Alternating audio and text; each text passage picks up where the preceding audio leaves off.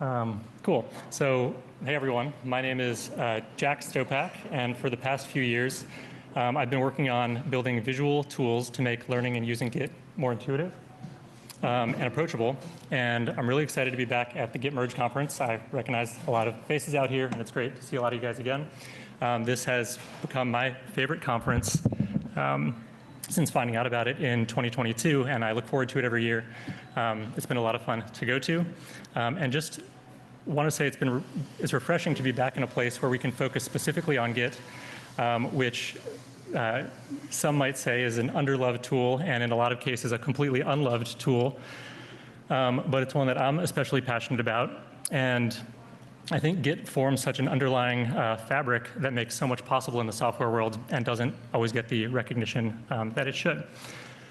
So that being said, my talk is called Reimagine Git with visualization and gamification, which I hope will kick off this conference on a lighter note, kind of a fun note.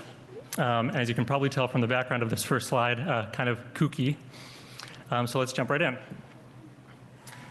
So I have two kind of main goals for my talk here and for sort of my work in general related to visualizing Git.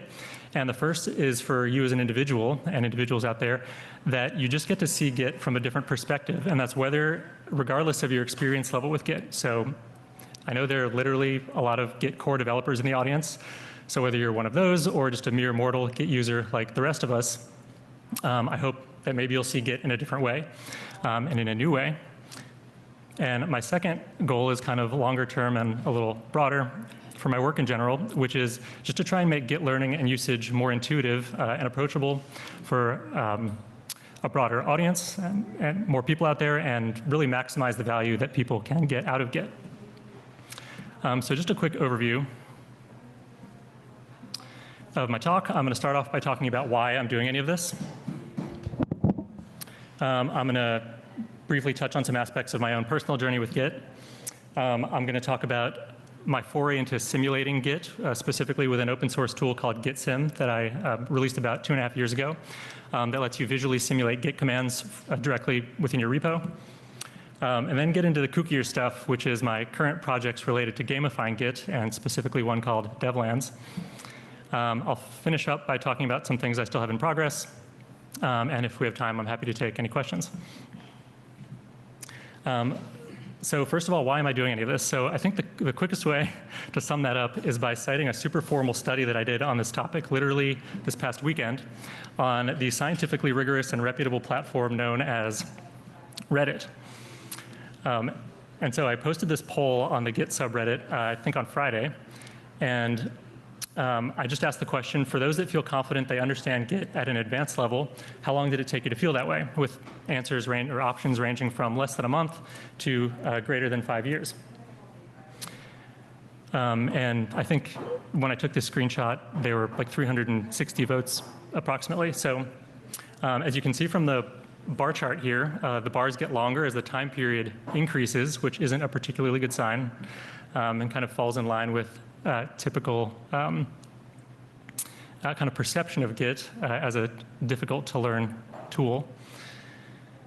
And if you do some quick calculations, you can find that about 75% of the respondents said it took longer than a year to feel confident with Git at an advanced level.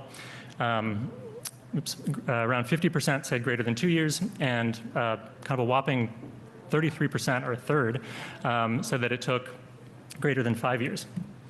And so I found this pretty interesting because it means that even in the year 2025, when Git's been around for literally 20 years, with all the seemingly endless different types of resources we have at our disposal, thorough documentation, a variety of different types of books and tutorials in any format you can imagine, from blog posts to YouTube tutorials to even social media posts, the Git learning curve is still steep, irregular, and honestly suboptimal. So I'm curious what we can do to try and address this.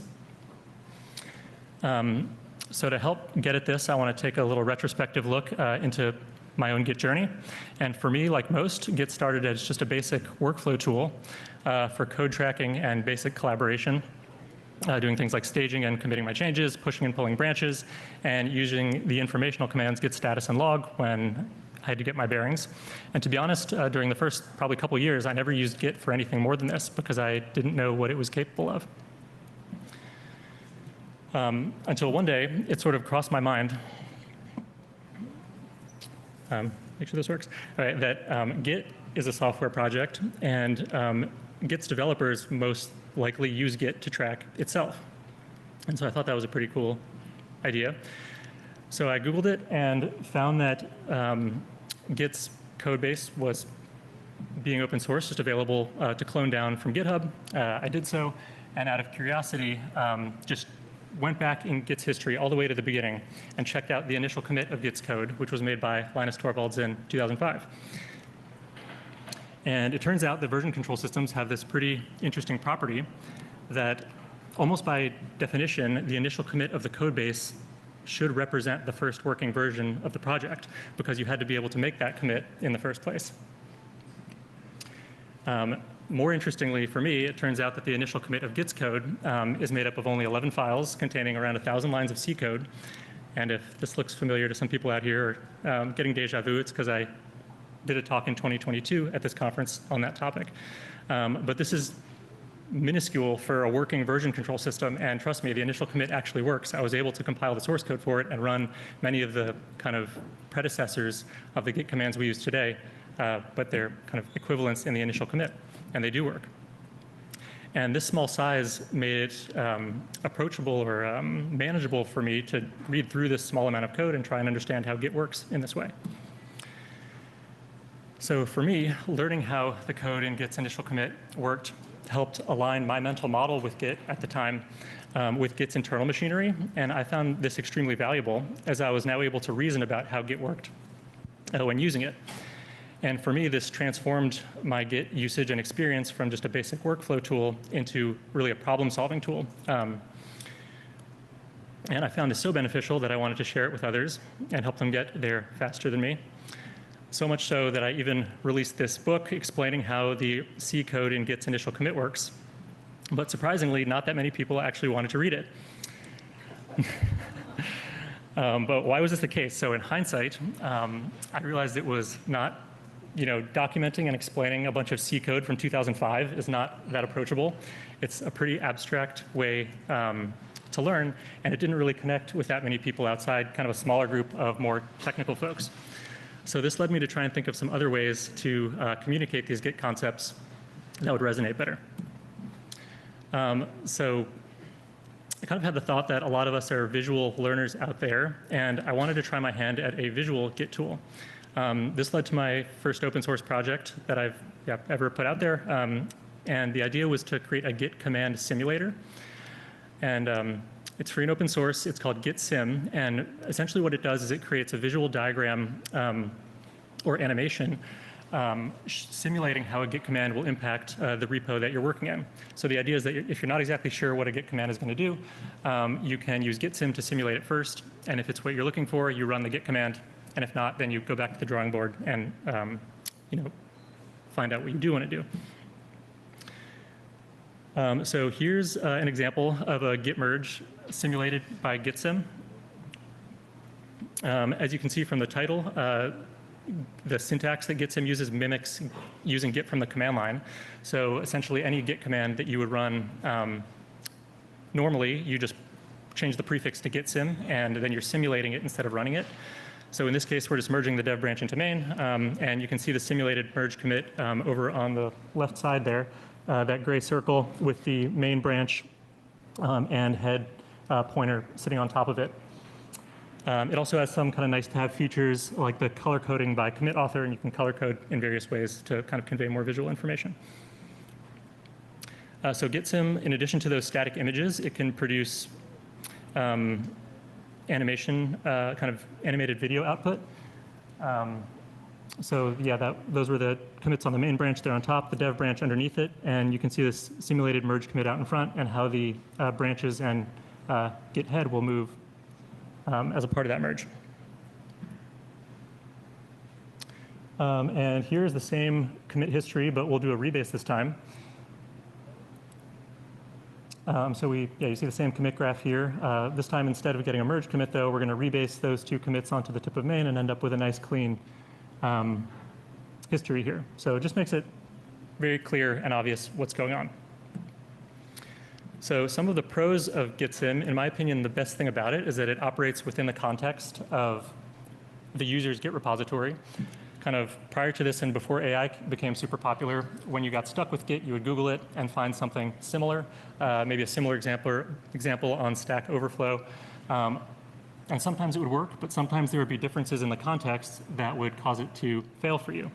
So kind of the nice part about GitSim is you're always getting a simulation directly within your own context and on your own repo structure. The next pro is that it mimics Git's command line syntax, so you don't have to learn anything new. As long as you know what Git command you were trying to run, you can easily just simulate it. And then I was hoping to design it so that it would integrate seamlessly with a developer's workflow from the command line. So you wouldn't have to leave the terminal if that's where you're working with Git. Okay, so now I want to talk about some cons. The main issue is that with GitSim, you have to sort of predict what Git's going to do. And that's, in some cases, obvious, but in a lot of cases, due to the varying different repo structures you can have and just different scenarios you can find yourself in. As one Reddit user put so astutely, I did what GitSim said, and it blew up my repo. Granted, that was him kind of predicting. I don't think he actually had tried it at that point, but it was kind of like a sarcastic looking forward comment. But it did make me nervous that that would happen to people. Next, it's really only useful for developers, so you have to kind of already be at the terminal using Git in order to even have a chance to want to use GitSim. And it could be more intuitive, honestly. Like you have to have some degree of understanding of commit graphs in order to really make sense of the output. So if you don't have that, it probably won't be very useful. So overall, GitSim was actually quite successful. I was pleasantly surprised. It's gotten about over 75,000 downloads in the past 2.5 years since I released it. But most importantly, that showed me that there's truly a demand for these types of visual Git and coding tools kind of in the education space, and that it was worth pursuing further. And pursue it further I did. So I decided to take things kind of to another level, or kind of the nth degree, with the idea of gamifying Git. And some considerations I had were, how can we make Git's initial mental model that we all kind of build up when we start learning Git more tangible? How can we make Git learning accessible to more people? And how can we accelerate the mental model's transition from kind of its initial state more to match Git's underlying model and Git's machinery, which I found so beneficial for me personally. So bear with me here, because this is where it's going to start getting a little kookier. I had this thought one day that what if Git branches, what if you represented them like hallways that you could literally walk through? And maybe those hallways could kind of fork and rejoin as needed to kind of mimic the branch and commit structure of a repository. And what if commits were like rooms along the sides of the hallway that you could actually enter, and you could potentially do some crafty things like use the commit ID as the room number and show some information about the commit inside the room. So purely hypothetically, if anybody actually implemented these things, and obviously nobody would do this, and if they did, they surely wouldn't be subscribed to the law of the internet that everything has to have a doom clone. But if they did, you might get something that looks kind of like this.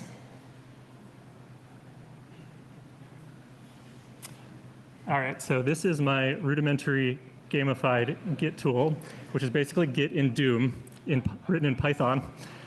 So that hallway, that doorway you just went into,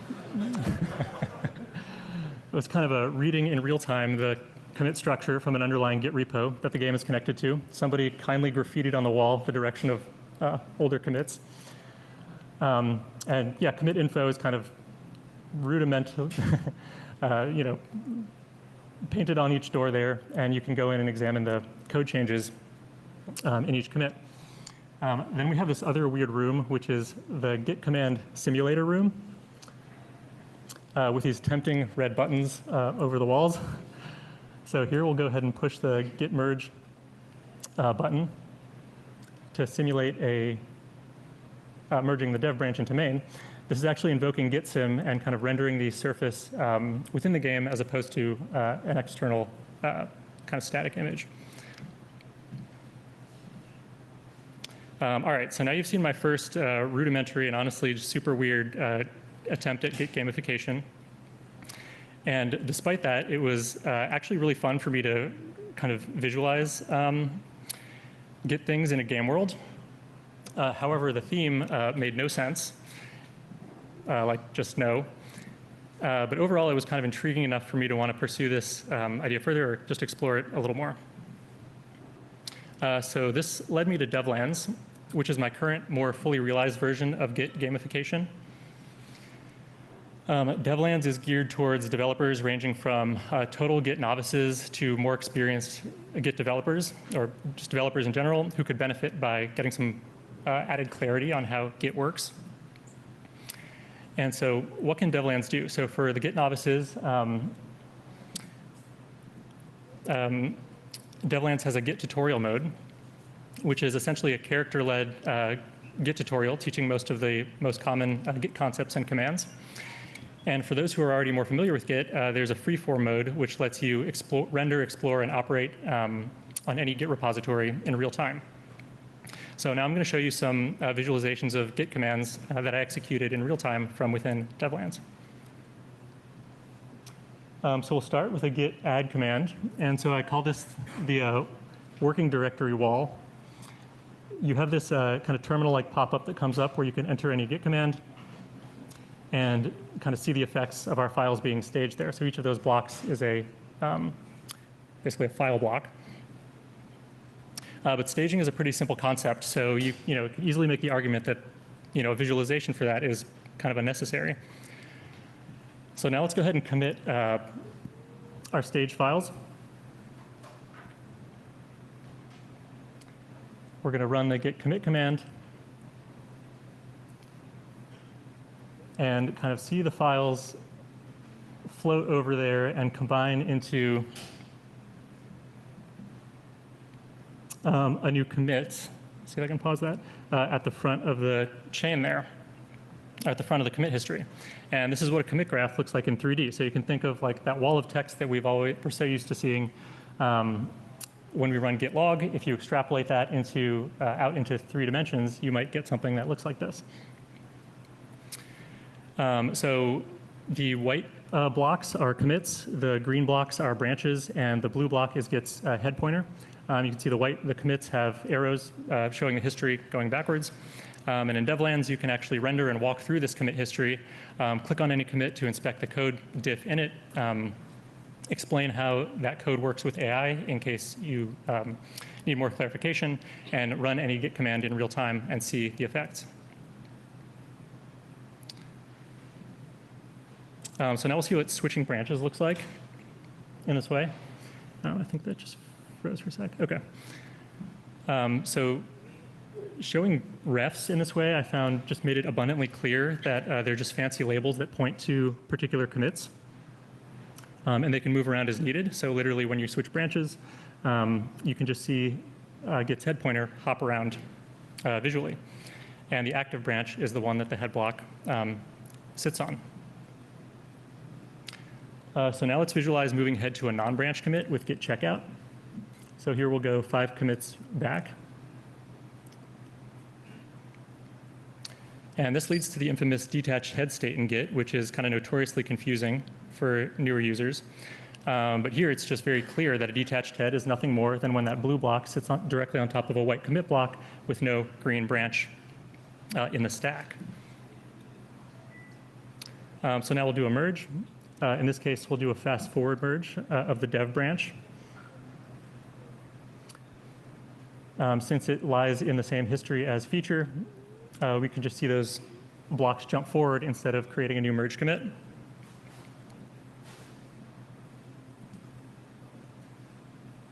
And then finally, we'll just show a git rebase, which will show the history rearranging to show the commits on the feature branch rebased onto the tip of dev, again ending up with a nice linear history. So what can Devlands do? In the freeform mode, you can load and render any Git repo in this way. This could be any local repo that you already have on your machine, or you can copy and paste a URL to any remote repository, which will get cloned down automatically and rendered in the world.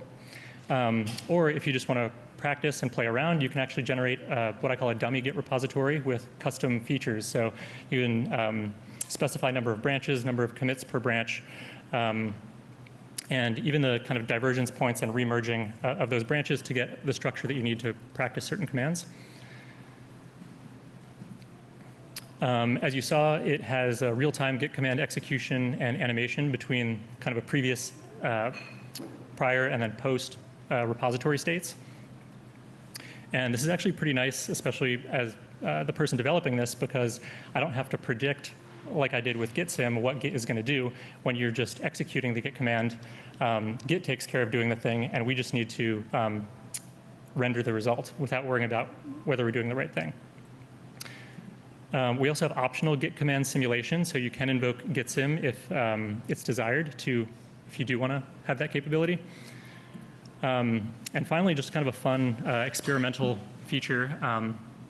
Not totally sure yet the value of this, but just as a fun aspect, the state of the world that you're operating in, including the types of blocks and their positions in the world, are actually stored in a hidden Git commit in the same Git repo that you're working in or connected to at the time.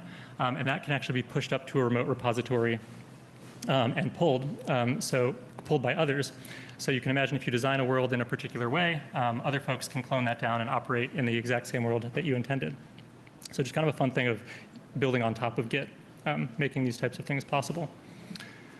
Some things I have in progress are networked hosted worlds to enable things like pair programming and potentially group classes. Deeper world customizations, so you can think of like theming in a variety of different ways.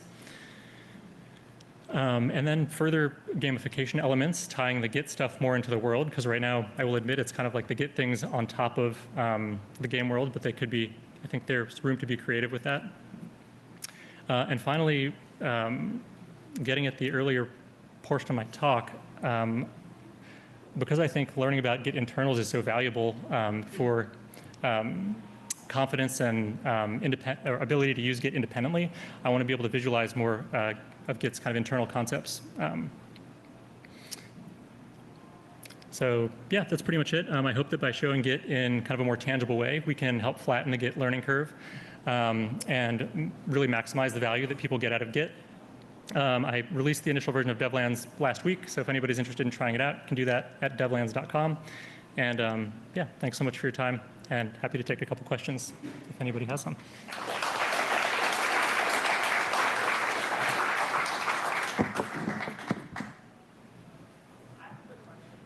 Yeah, what's up? Do you think you'll ask your users if there is a big difference in learning Git if they're using like a GUI like Git like desktop? Like a difference between, sorry? A difference between learning Git if you're using the command line versus using the GUI? Oh yeah, there definitely is, I would say.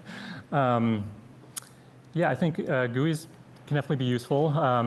I do think there's the risk with certain GUIs that you can get kind of GUI dependent, and I know a lot of folks for sure kind of rely on just memorizing a handful of commands that they execute in a GUI without really, the GUI sometimes can remove the need to understand how things work behind the scenes, which I think could be a drawback. But yeah, personally, I think I guess just from a development perspective, using it from the command line I find to be most effective for getting people to the root of like how things are what's really happening and what's going on.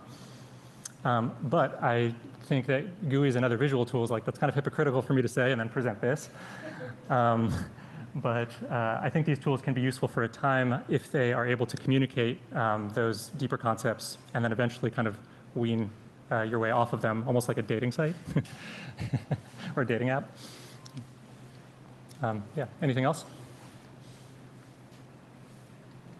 All right. Oh, yeah. Sort of a follow-on, but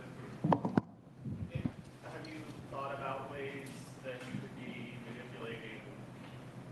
It looked like you were manipulating the staging area and stuff in game to change the repo state on disk.